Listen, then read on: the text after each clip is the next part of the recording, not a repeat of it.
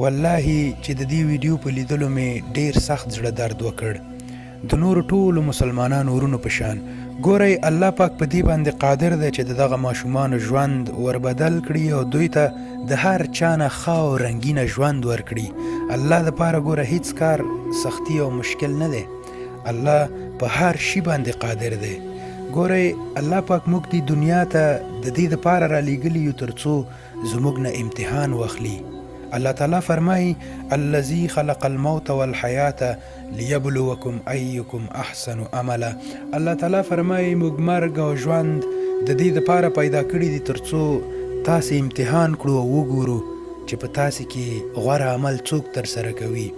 ګورئ چې هر کله په ټولنه کې دغسې مظلومه ماشومان مظلومه کسان وینئ د هغې لاسنیوي دپاره همیشه تابعدار اوسئ، ځکه الله پاک دغه مظلومان له هر چا نه مخکې غني کولی شي، ښه ژوند ورکولی شي.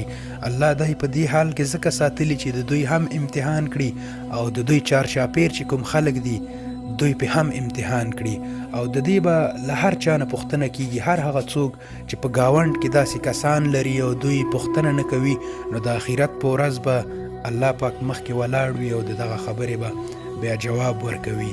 پیغمبر صلی الله علیه وسلم فرمایي که څوک د کوم مظلوم او یتیم سره مالی مرسته نشي کولی نو په سر دې ورته لاس راکش کي، هغه ته دې یو دوه درې ښې خبرې ور وښایي